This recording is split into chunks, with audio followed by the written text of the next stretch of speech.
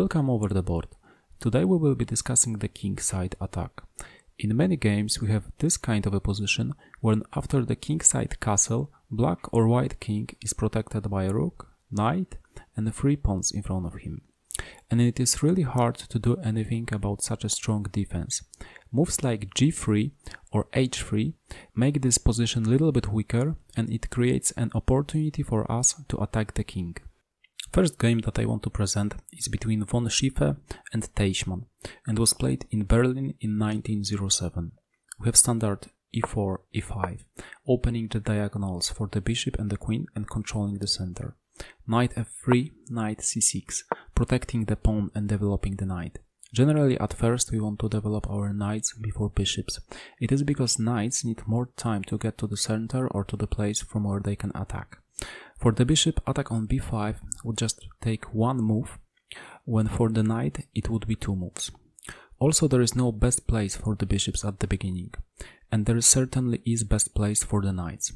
Bishop c4, developing the bishop, attacking the f7 pawn, which is protected only by the king. This debut is called Italian game. Bishop c5. Similarly to white, black are attacking the pawn and developing the bishop. c3. White's plan is to play d4 and then after e captures, c captures, queen b3, they are controlling the center and putting more pressure on f7 pawn. Plan looks good, but it has one major weak point. Queen's knight is blocked for a moment. Queen e7 develops the queen and prevents all of the threats, because now after d capture, e captures, c captures, queen captures e pawn with check. So instead of d4, we have a kingside castle, putting white's king into the safe spot. d6, which supports the pawn and bishop, and opens diagonal for another bishop. d4. Now after e captures, c captures, queen e4 is not possible, because rook e1 would win the queen. Bishop b6. Now this pawn is attacked 3 times, and has to be protected 3 times, which can slow down the development. After bishop g4, knight will be pinned, and white will have to find another way of protection. a4. White's plan to attack the bishop. After bishop capture, d5 would remove the defender, and capture with a rook would be possible. If knight would capture, then rook capture, bishop capture, and we have queen a4 check, which wins 2 pieces for a rook and a pawn. In reality, this is a bad move.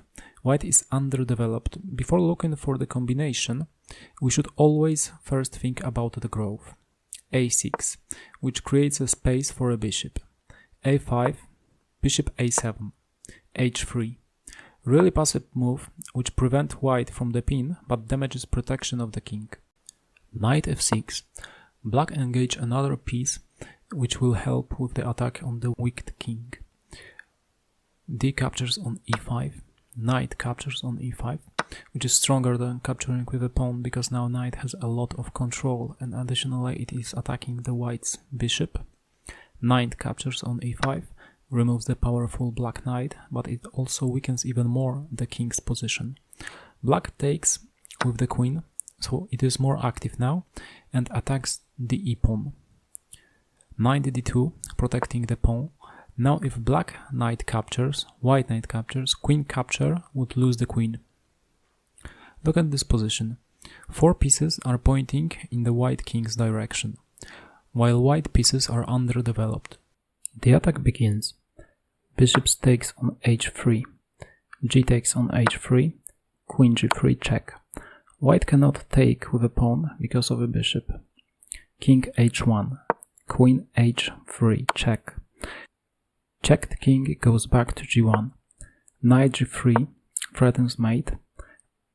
Knight f3 protecting the h2 square. Queen g3 check. Now king has to go to h1 once again, and f-pawn loses the defender. Bishop takes on f2. Here white decides to resign. As we saw, there were 2 major mistakes.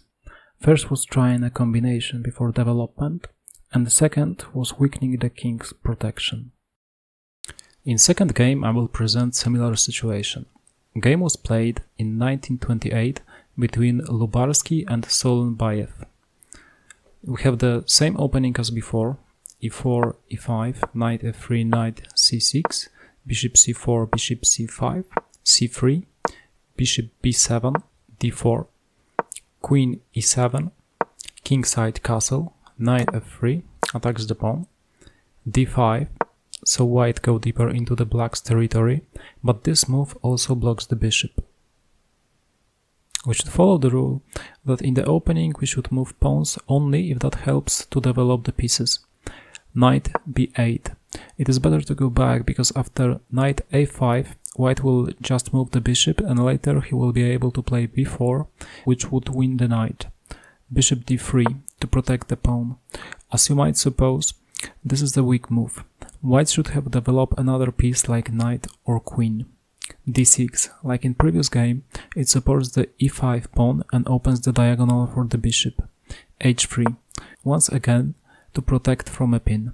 And once again black see that it is an opportunity to attack the king. h6. It does not weaken the position of the king because the king is not there. The plan is to open h-line. Black want to go with a g-pawn to the g4 square, and pawn at h6 acts as a support. Queen e2 develops the queen, but it is already too late. g5. Knight h2. Neglect the threat and defend the square 3 times. Black still goes with g4. G captures, rook g8. Now g-pawn is attacked 3 times and defended only 2 times. Bishop takes on h6. Better is bishop e3 because it develops the bishop and also gets rid of the pinning black bishop. Knight takes on g4. There is not much that white can do now. He tries bishop e3 to remove the pin.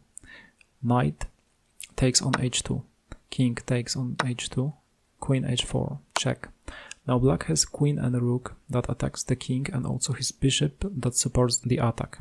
King g1, the only legal move. Queen h3, threatening mate.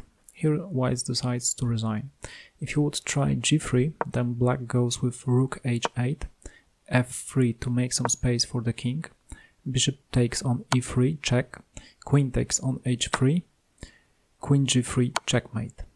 Or if you would try f3, then bishop takes on e3, check, rook f2, queen takes on g2, checkmate.